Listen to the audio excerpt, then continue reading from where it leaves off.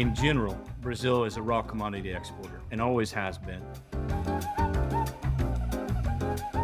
We need to be seen as people that aren't rushing out on Thursday afternoon to get to Galeão before the 9:30 flight leaves. It's important to establish a presence. Hello and welcome to Brazil is Not for Beginners. Today my guest is Schreiner Parker. Schreiner is head of emerging markets at Rystad Energy. He's going to talk to us about the oil and gas industry. Schreiner, thanks so much for joining me. Appreciate the time, Isaac. No, it's really my pleasure. We were introduced a few months back. You're based in Rio, I'm based in Sao Paulo, and we crossed paths, I'm sure, but I never had the opportunity to actually meet and had a great conversation, and looking forward to digging deeper and learning more about your experience and about the oil and gas industry.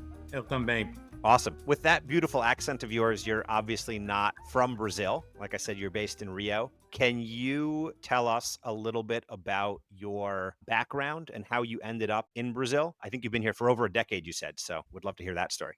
Off and on for close to 15 years, actually, and grew up in a small town in Texas, not too far from the Mexican border. Grew up speaking Spanish, or ranch Spanish anyway. But I always thought about Brazil and, would see it on maps or National Geographic magazines or something. And I thought, how strange that they don't speak Spanish. I wonder why. What's so special about this place? And, I think ever since I was a young kid, I had an interest in knowing more about Brazil. And it happened about the time that I was kind of transitioning between high school and college that Brazil had actually discovered the pre-salt, which was and still is the engine for oil and gas production in Brazil. And I remember very vividly reading an article about these exploration wells that were happening and thinking, if you really want to be in Latin America, you're going to have to learn Portuguese. When I was at the University of Texas, they happened to have a program for undergrads, which was Portuguese for Spanish speakers. It was a fortuitous kind of happenstance, but I was able to get into that program and then begin my journey with Brazil, starting by the first time I lived there in 2000, I guess 8 or 9, when I was doing a study abroad in college in Salvador, Bahia. For those that have been to Salvador, it's maybe not even Brazil. It's its own thing. There's a lot of Brazils, I think, is one of the things you learn. And I have to say, you reading an article about the pre-salt layer in high school is a pretty Texas thing. So I love that. That's awesome. Front page news over here, but they hit another gusher. It was something that was always kind of in my mind. And then when I had the opportunity to go to Salvador and actually spend a few months in Brazil, I became infatuated with the idea of working there and trying to understand that kind of side of life might be like. And it took me several years, and I spent many years working in Houston in the petroleum business before I had the opportunity to go to Brazil for work with a company called Wood Mackenzie, who is a consulting firm that also has a data arm. It was a really unique experience for a young guy in their 20s to get that level of responsibility and that sort of throw you in the deep end. But it was a small organization. We were all expected to pull a lot of weight. Subsequently in my career at Rystad Energy, where I am today, we did everything from found the entity to grow it to almost a $10 million per year business. But at Woodmac, we were standing, at least there was a superstructure, but it was a lot of fun. And it was a window into, I think, things to come. What were your impressions of Brazil? You said reading National Geographic. I'm not sure what perspective that gave you on Brazil compared to what you actually saw when you showed up. So what were your initial impressions on Salvador and then on Rio? Yeah, Salvador was just really impressive. So much culture and history, and it feels very deep, everything there. Not to mention it's physically beautiful, and it's a world away from Texas or really anywhere in the United States. You could say the same thing about Mexico. I'd spent a lot of time in Mexico, other parts of the world, but Salvador was something very unique and very different. Ironically, on that trip, I didn't have the opportunity to visit Rio de Janeiro. So several years passed before I was able to finally go to Rio. I think the image of Rio that you have in your head is maybe from circa 1995, World's Sexiest Beaches or something, Yeah, Ipanima's always up there at number one. absolutely. But that city is so much more than Ipanema Beach. And the first time that you land there, you absolutely feel it. My friend Shato Sabraki, who's a longtime Carioca, but via Norway, often says that there are two cities in the world where you can land and it feels like your finger has been stuck in an outlet. And that's New York City and Rio de Janeiro. You get off the plane in Rio and you just feel alive. There's electricity there for sure. It's the colors, it's the people, it's the sounds. The smells, the tastes, all of it. Yeah. Absolutely. I like to say it's a microcosm of Brazil. It's the best place in the world, and the worst place in the world at the same time. and you can have both those experiences in the same hour. But so you came, you said, initially on this study exchange, and then in the early 2010s, you landed in Rio doing oil and gas services consulting with Wood Mackenzie. So walk us through those first couple years in Brazil and then how you ended up with Rystad, because I think that's interesting because the way you told me basically is they gave you a shingle and said, go do it. So Yeah. maybe walk us through those first, you mentioned kind of having a superstructure behind you. So Yeah, they were really formative in terms of my introduction to doing business in Brazil, which there is no sort of school book that can prepare you for that. that's the point of the podcast. That's why you're on. You're giving us the lessons.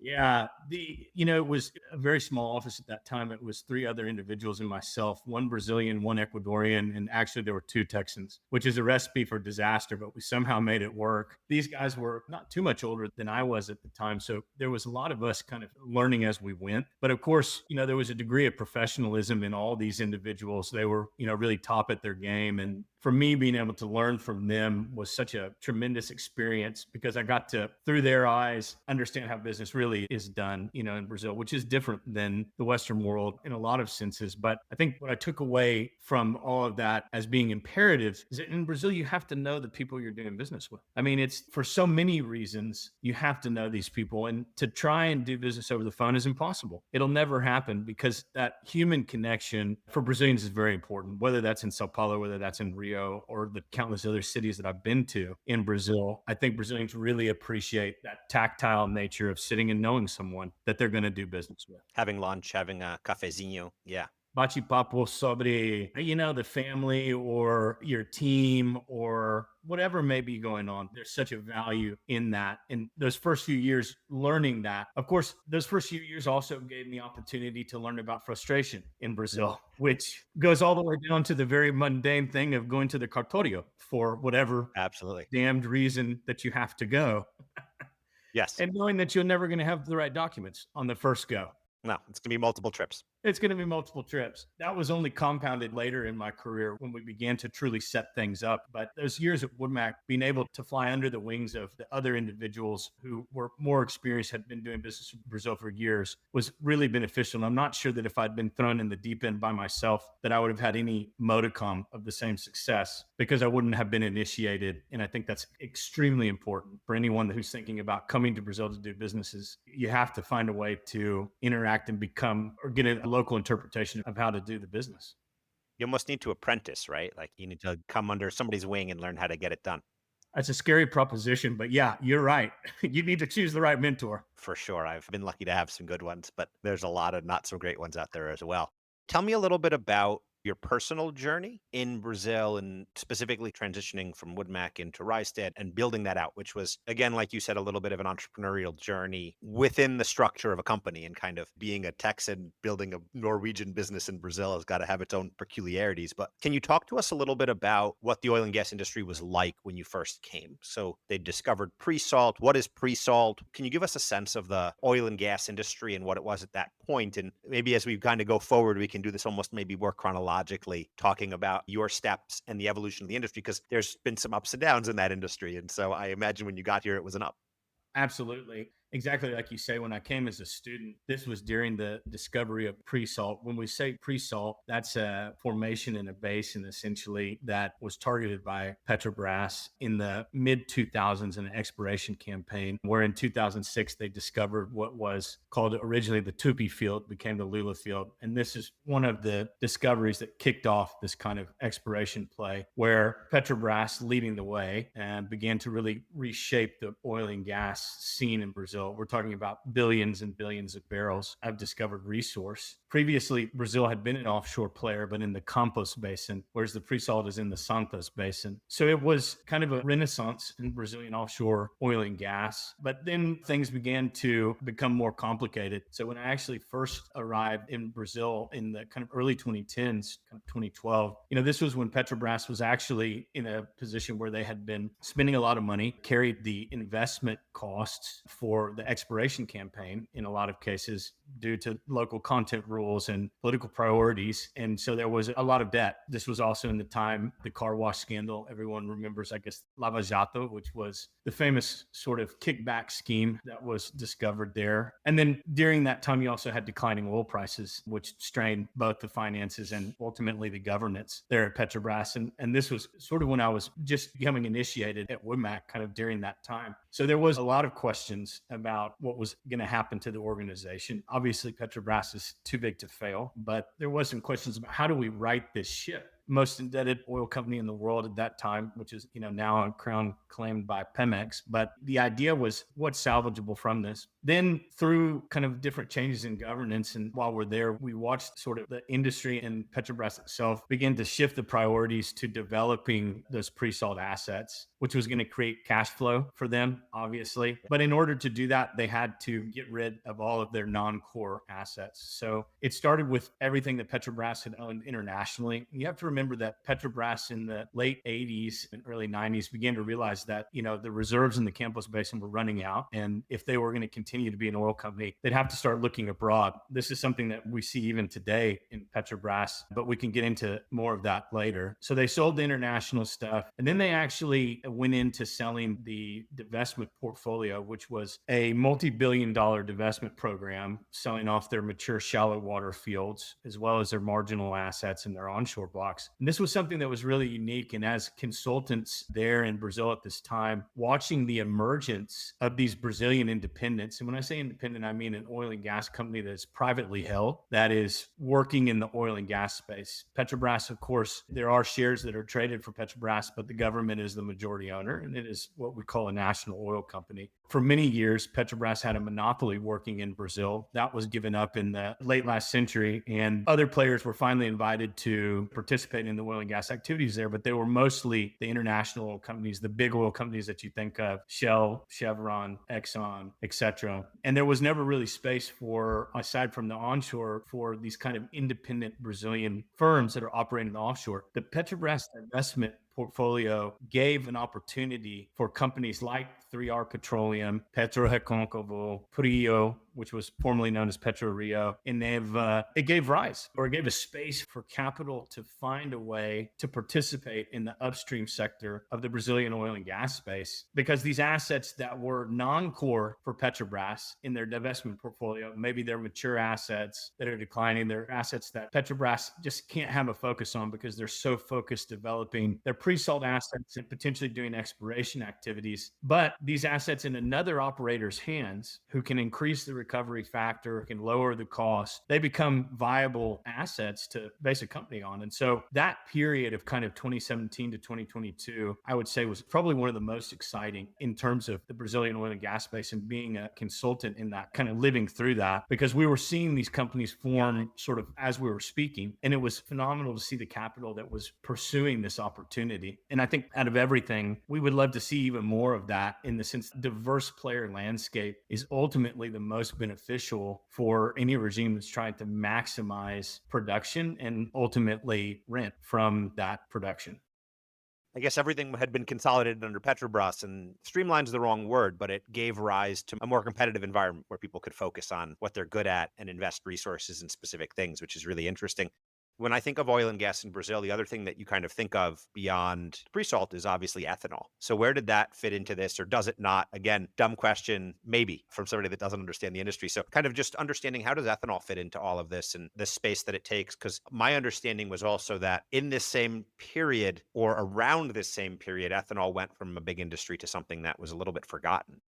Yeah, I think the potential for ethanol, right? I mean, ethanol is still a very relevant sort of industry in Brazil, right? Petrobras and the future. These guys are looking into biofuels with a very keen eye, trying to understand what sustainable aviation fuel might look like. And if you think about the resource that Brazil has in terms of the agricultural production that is occurring there, there's a natural synergy between what Petrobras does as an energy company rather than just an oil and gas company, and what the emerging building fuels of the future could look like from a biofuel perspective. And of course, the Brazilian experience having cars that can run on gasoline and ethanol mixture has been a unique one, but I think one that is ultimately replicable in other geographies. What has been very interesting to see, I think, over the last 2 or 3 years, and I will confess that I was a person that said, you'll never see electric cars in Brazil. It's impossible to electrify that grid in a way that would be sufficient for mass transit. But every time I look out the car window in Rio or Sao Paulo, I see more and more electric vehicles. So I think maybe that does bring into a bigger question, what is the fate of ethanol in Brazil? But I think in general, Brazil is a raw commodity exporter and always has been. That raw commodity has changed over the centuries, from pau-brasil to gold and silver to today agricultural products and oil and gas. But the question is, what's that next raw commodity of the future going to be to export? And I think Petrobras is very forward leaning and looking at the idea of biofuels and how they in Brazil could play a huge part in that, if that's the energy system that does emerge in the future. Very cool. I can say that you see more electric cars, and Brazil has that history of ethanol from even going back to the 70s, right? So taking your lived experience here, so you're here mid 2010s, oil and gas, the price of oil is coming down, Petrobras heavily indebted, Mensalão, which maybe you can take just a second to explain what that is. Ike Batista had been up, now he's down. You're still at Wood Mackenzie, and then you get this invitation to start an office for Rystad in Brazil.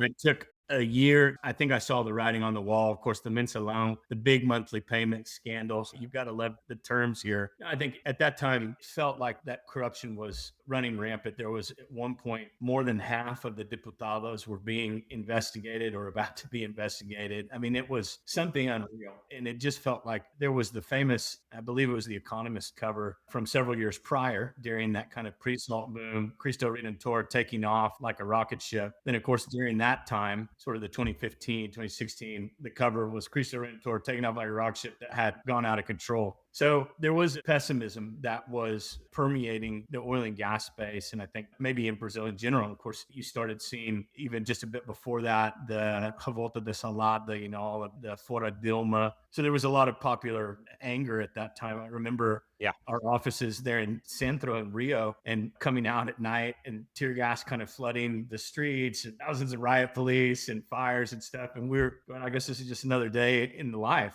Anyway, all that kind of converged, and I decided to leave Wood Mackenzie to pursue a master's degree in Switzerland. And so I picked up from Rio de Janeiro and moved to Geneva, Switzerland. Two more dissimilar places on earth there may not be. It was definitely a shock, and it was the first time that I'd lived in Europe or spent any significant time in Europe. Really enjoyed it. It was a unique experience and wouldn't trade it for anything. But, I felt like at the end of the year that I was sort of ready to get back in the fray. I'd spent a little bit of time working in Africa between graduate school and getting the job at Rystad Energy. Found that very intriguing, but missed Latin America. And then this opportunity came knocking where Rystad Energy, which is a firm that also specializes in consulting and in data, were looking to grow, and they were looking to expand into Latin America. There was, at that time, an agent that they had working for them. I referenced him earlier, Sheptel Sobraki, still a good friend.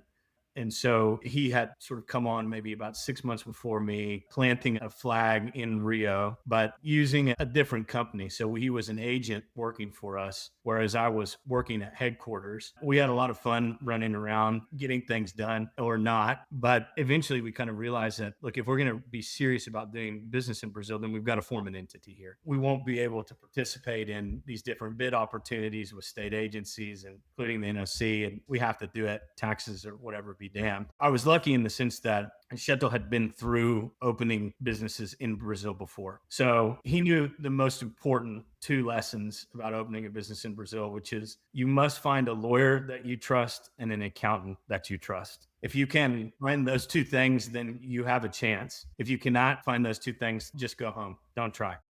Yeah, one of the things that's come through here is, there's the Brazilian jeitinho and you skip a lot of corners and find ways, but lawyers and accountants, it's worth paying a little bit more for because you will pay for it at some point and you can either pay up front or you can pay on the back end.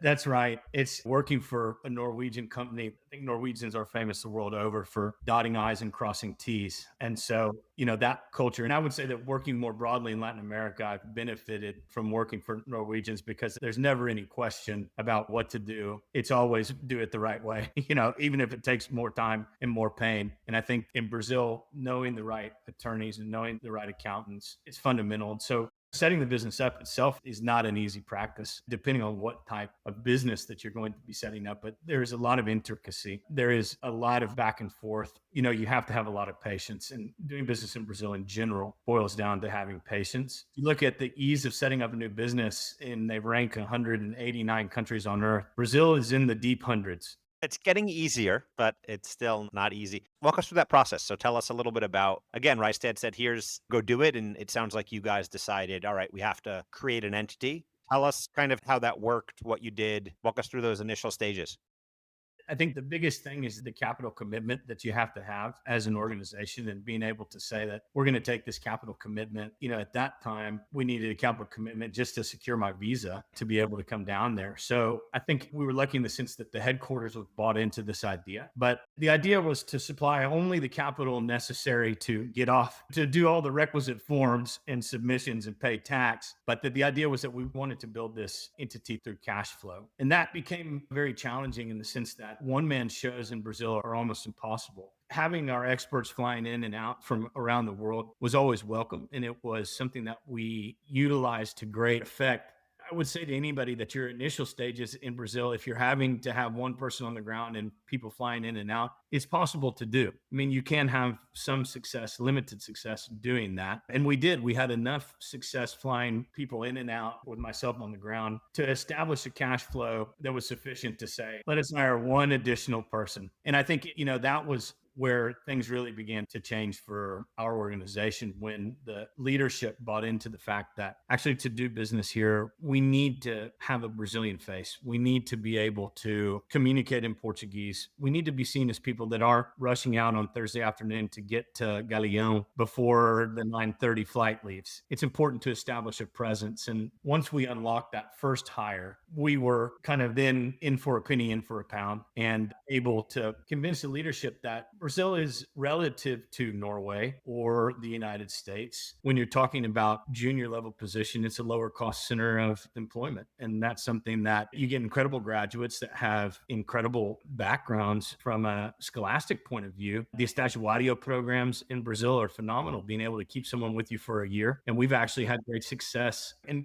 we pay our estagiarios, but what we've had great success in bringing estagiarios into full-time positions, both in our Sao Paulo and our Rio office. But it was that buy-in that we got from building the cash flow, showing that we could do work. And I would say that, at the beginning, the majority of the work that we were doing was with oil field service companies, with people that were actually out there servicing Petrobras. And that was the leg in that we needed. But from the time that we established the business until the time that we began working with Petrobras. And of course, our contract with Petrobras is public. It's out there for, anyone to see. So I'm allowed to mention that they are a client, but it was 7 years. So we had to have 7 years of runway and build the office through cash flow from one person to 25 people in Sao Paulo and Rio, eventually kind of conquer that beast. So I would say the other main lesson is that you have to have runway. If you don't have runway from your leadership, when you're trying to establish a business there, you won't be successful. It doesn't mean that you have to have constant hemorrhaging of cash. We started off in a WeWork, a Regus office, one teeny office that fit two people, and it looked out on the back of the Morro de Pasmado. So the view never changed. It was just staring at a granite rock. And the first guy that started and I were both Flamenguistas, and there were some Urubos that lived right there. So we took it as an auspicious sign that, we're going to have success here. We've got the vultures living right outside our office. But, we kept costs low, and we were able to, through cash flow, now we have a beautiful office in Botafogo. But without the runway, we would have never been successful. And I think that the ultimate message is always to the leadership that if I'm asking for time, it's because it's warranted. Yeah. How did the Norwegians who, like you said, cross T's, dot I's, transparent, how did that management take to entering Brazil and having your back as you were building? So you said, this need to ask for time. There's a lot of opaqueness sometimes in Brazil. Again, not necessarily in a bad way, right? Just things take time. And sometimes you don't know if it's 6 months or a year. Forms are in the bureaucracy. How did they perceive this? And how did that affect your management style, leadership style, business style in terms of both dealing with businesses locally and managing up to headquarters? Yeah, I think there's a specific trait without generalizing all Norwegians, but I think Norwegians in general very much value trust. And they're unless you do something to prove them wrong, they're very trusting people. And what I have found, and I think that the secret in Rystad Energy's success has been if they hire you, it's because they believe that you can do the job. And there's not too much need to micromanage at that point. It was, for me, a wonderful experience in the sense that I was given a lot of leeway to accomplish things at the time and pace that they would be accomplished, and not a lot of headache from up above. When is this happening? Why are we having to do it like this? A lot of trust there, and yet a lot of support when I called up and said, hey, we need this. This is something that has to happen. And there were many of those instances. If you think this is what we should do, then let's do it. Not a lot of second guessing. And I think that working for Norwegians and maybe Western Europe in general, you do get that freedom and leverage if you have trust. And that was essential because I wasn't able to translate that into, let's be careful here, but into a non-gringo attitude of doing business in Brazil, where I didn't have to be on the phone going, my boss is calling, where is the contract, Yeah, I mean, there's an element of trust here too, right? That you, like you said at the beginning, if you can build those relationships and give things the space they need, they can develop. I know you obviously can't share non-public names and things like that, but talk to us about those early years and building that trust and building that capacity to do business in Brazil as a foreigner and building that non-gringo style. What were some of the early wins and early losses that helped shape the trajectory you're on?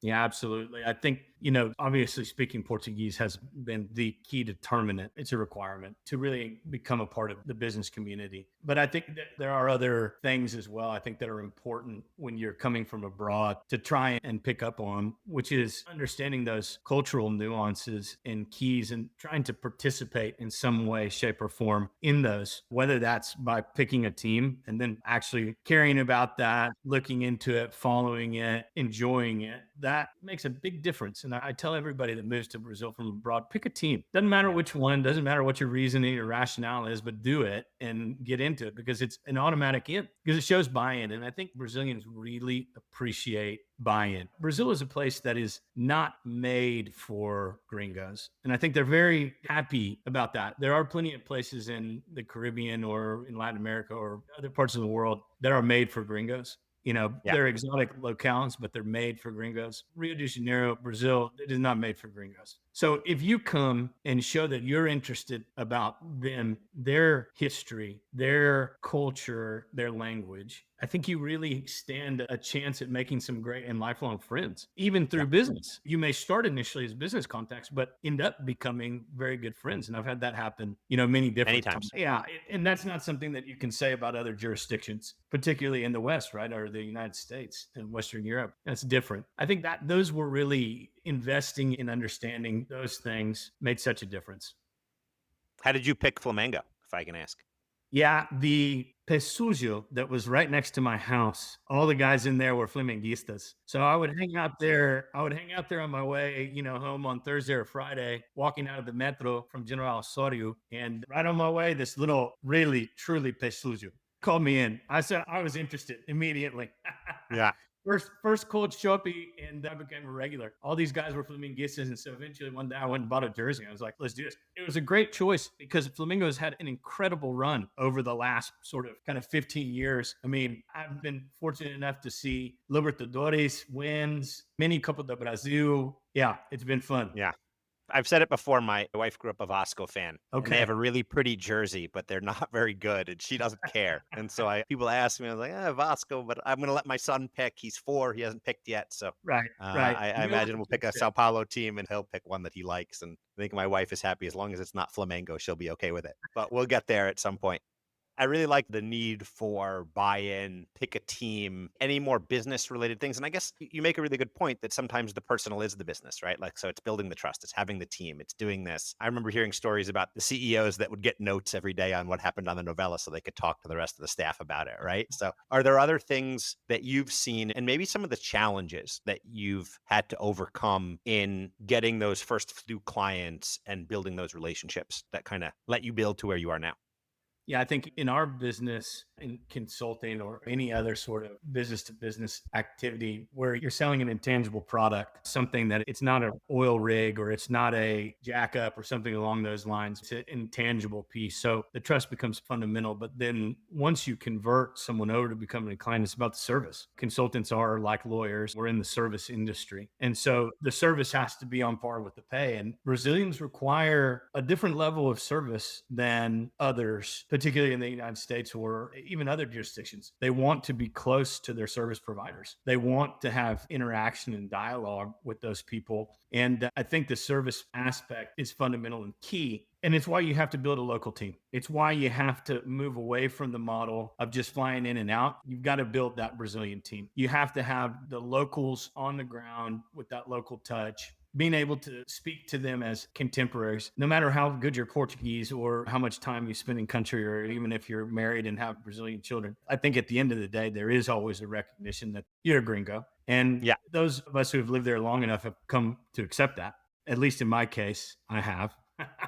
As much as I want to be Brasileiro, I never will. So it's one of those things that you have to just get past and say, look, we've got to have the local team because these are the guys that are going to be able to do the execution. These are the guys that are going to be able to do the service. That is required here to maintain long-term relationships. That's really what we've discovered, and it's what we've been building since that time, is that local team to take over. And it's just been a real journey and a real incredibly fun journey, getting to see all this young Brazilian talent that is hyper intelligent, trilingual, willing to work really hard, a lot harder than you see in other places, really. I'm really excited for Brazil's future because I've gotten to see so much young talent over the years. It's going to be a dynamic place over the next 2 decades.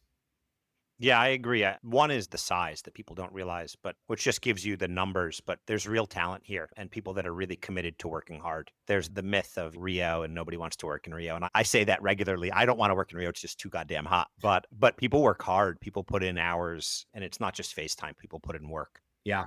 Tell us a little bit about kind of the oil and gas industry and the culture there and the work ethic there. And I think we also have images in our head of the roughnecks kind of out there on the derricks. And obviously it's different when you're offshore. And how is that culture, both for you as the gringo and also in terms of kind of the team you build and the people you look for? What is that like?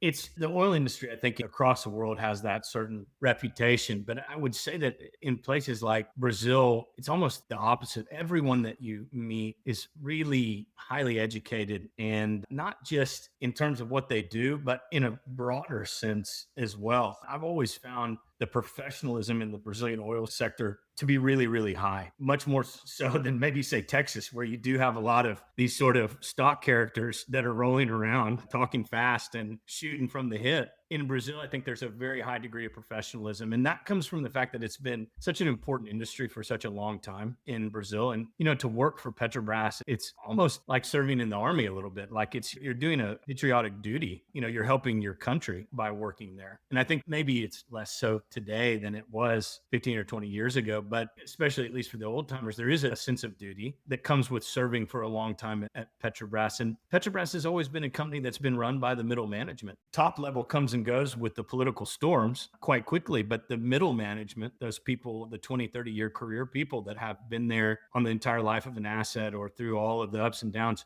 those are the ones that have always run that business. And they've run it extremely well, considering all of the exogenous problems that have been put upon it because it's been run like a ministry rather than a government in different occasions. But I think because it's a more highly educated workforce, they are more open to dealing with foreigners. And there's some acceptance of the fact that foreigners are always going to play a part in this oil and gas story here in Brazil. And this is something that I've seen over the 15 years of my career there is let's replace expats with local Brazilians. And, that's the trajectory of any oil and gas producer that is at the start of their journey to when they complete their journey. It's moving more jobs, local jobs, to be able to be filled by that industry rather than employing gringos. And I think it's worth to note that gringo in Brazil means anyone that's not Brazilian. Yeah, you could be an Argentine gringo. Exactly. I think also realizing that there's that limit and that ultimately you are better served with a local team because just the connection, the level that you're going to get, the service, it's better.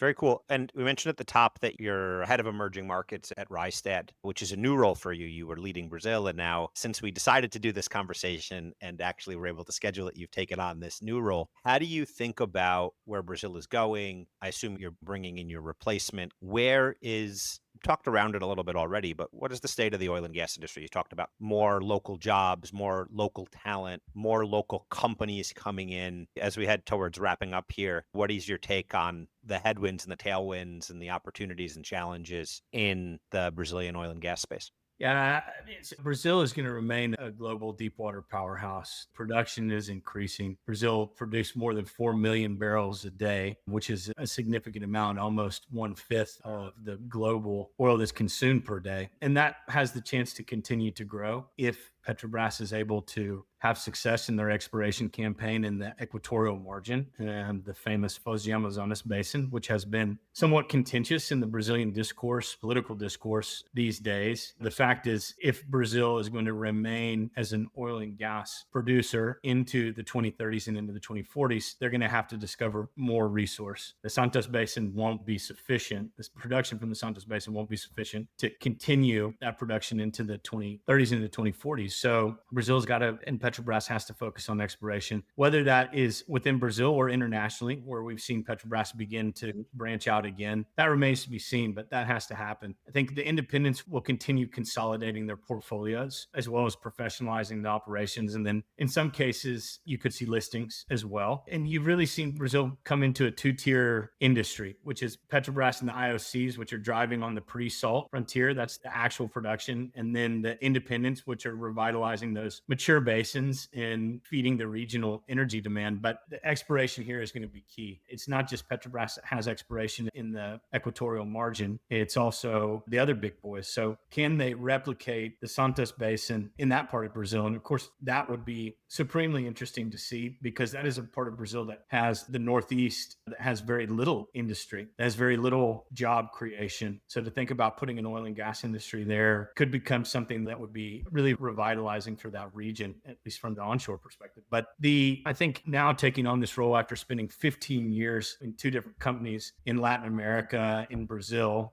taking on this new role has given me insight into just how far Brazil has come. Now covering global emerging markets in Southeast Asia and Middle East and Africa, the challenges that the Brazilian oil and gas space faced in the sort of mid 2010s were not insignificant. And the fact that Petrobras and Brazil were able to come through that into the space where we see today, which is a thriving industry that is competitive, that has multiple players with upward trajectories of investment, production, as well as even exploration. It speaks a lot to the resiliency of Brazilians, I think. And it's not a story that's replicated in other geographies that I visit today. Places like Angola, for example, or Mozambique, former Portuguese colonies, rich in natural resources, but unable to capitalize in the way that Brazil has been, even with all of the challenges that have been presented along the way. So its final thought is that Brazil is a place of eternal hope. That's always the joke, right? That it's the country of the future and always will be. But even in the 15 short years that I've been doing business there, I've seen Brazil make enormous strides. And I think if you talk to the old timers, the guys that were there during the Ditadura Militar, and I think there's an undeniable forward momentum that Brazil has. And if you're patient enough, and if you are young in limb, in judgment old, as Shakespeare said, then you have a chance and you can ride that Brazilian wave. And I think it's one that's worth riding. Excellent. I second a lot of those sentiments for sure. As we head to wrap up, I always like to ask, the name of the podcast, what does the expression Brazil is not for beginners mean to you? I didn't think about that until just now. It means everything to me, actually. I think for someone who has made their career in the developing world, but being an American, you search for difficulties. It's something that inspires you. I mean, you're an American living in Brazil, so you understand the thrill of the conquest. I think Brazil is not for beginners. It means to me that if you're doing business in Brazil, you're not a beginner. You're salty, you're seasoned, and if you can do business in Brazil, you can do business anywhere. Excellent. And you shared already a few of these things, but I also like to ask my guests if there's any expressions or habits that are kind of uniquely Brazilian or help explain Brazil in some ways. The two that I love the most are pois não, when they mean yes, Yeah. which that will take a while. The other one that I love is saideira, because saideira does not mean the last beer. There's no way. Some version of saideira along the way will mean the last, but not the first time it's called. No, and it also is obligatory. It's not like you can't say no. It means you got to stay. At least the first one. At least for the first one, and probably the second. Yeah. Saideira. Excellent. Schreiner, this was awesome. Really appreciate you coming on and sharing these lessons and your experience here. You've had a journey for sure. How can people reach you or Rystad if they wanted to learn a little bit more about what you guys do, connect with you to learn more from your lessons and your experience here? RystadEnergy.com, RYSTAD energy.com. You can search my name there and find my contact details. Always happy to share experiences in Brazil. And of course, for anybody working in the energy industry, I'm very happy to have those conversations as well. Really appreciate your time, Isaac. This has been a lot of fun, reminiscing of the old times and giving metaphysical, sort of very round suggestions as how to do business in Brazil. I've enjoyed it. Yeah, well, it sounds like you're living some of those lessons again as you head back to countries that, like you said, haven't had maybe some of the progress that we've seen here. I can't imagine opening a business in Angola is all that easy. Never get comfortable, Isaac. Never get comfortable. No. You start to waste away. Schreiner, this was awesome. Thanks so much. Thanks, everybody, for listening. Hope you enjoyed. Thank you. Thanks again for joining us. This podcast was hosted by me, Isaac Matzner. It was produced and edited by Maria Filmes. You can find more episodes on Spotify, Apple Podcast, and YouTube, as well as on our Substack page. We do love feedback, so please feel free to reach out to us on social media or via email at Brazil4beginners@gmail.com.